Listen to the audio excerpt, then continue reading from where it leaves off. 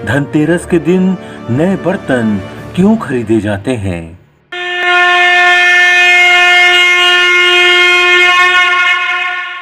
नमस्कार, हम स्वागत करते हैं अपने YouTube चैनल में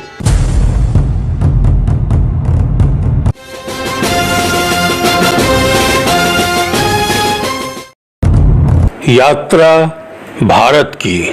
पौराणिक कथाओं के अनुसार भगवान विष्णु के कहने पर देवता और दानव ने मिलकर समुद्र मंथन किया। मैं अमृत प्राप्त करने का प्रस्ताव लेकर आया हूं दानवराज। अमृत वो अनमोल वस्तु है जिसे पीकर हम सब मृत्यु पर विजय पा सकते हैं। जिसको पीने वाला अमर हो जाता है, अमृत समुद्र मंथन द्वारा प्राप्त होता है। देवता और दानव मिलकर मदरांचल पर्वत को मथनी बनाकर बासुकी नाग की नेति बनाकर क्षीर सागर का जब मंथन करने लगे, क्षीर सागर की अतल गहराइयों से 14 रत्न निकले। इन 14 रत्नों में से 13 रत्नों के बाद कार्तिक कृष्ण पक्ष की त्रयोदशी को 14वें रत्न के रूप में भगवान धन्वंतरी हाथ में अमृत कलश लेकर समुद्र से प्रकट हुए। भगवान धन्वंतरी की 4 भुजाएं हैं। पहली भुजा में शंख, दूसरी भुजा में आयुर्वेद ग्रंथ, तीसरी भुजा में जड़ी बूटी और चौथी भुजा में अमृत कलश है। इनका वाहन कमल है। भगवान धन्वंतरी को भगवान विष्णु के 24 अवतारों में से 12वां अवतार माना जाता है। भगवान धन्वंतरी आयुर्वेद के ज्ञानी और आयुर्वेद के जन्मदाता हैं। चिकित्सा के देवता हैं, देवताओं के वैद्य हैं। ये आरोग्य, सेहत और तेज के देवता हैं।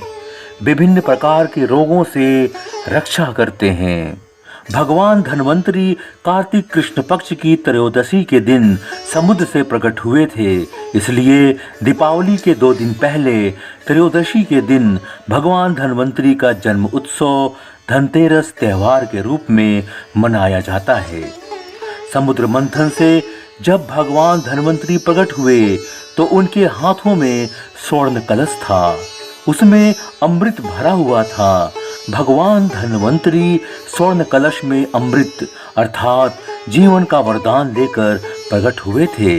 इसलिए अमृत से भरे स्वर्ण कलश के प्रतीक के रूप में धनतेरस के दिन नए नए बर्तन खरीदने की परंपरा चली आ रही है।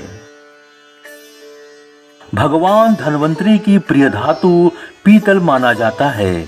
इसलिए धनतेरस के दिन पीतल के बर्तन खरीदने की परंपरा है।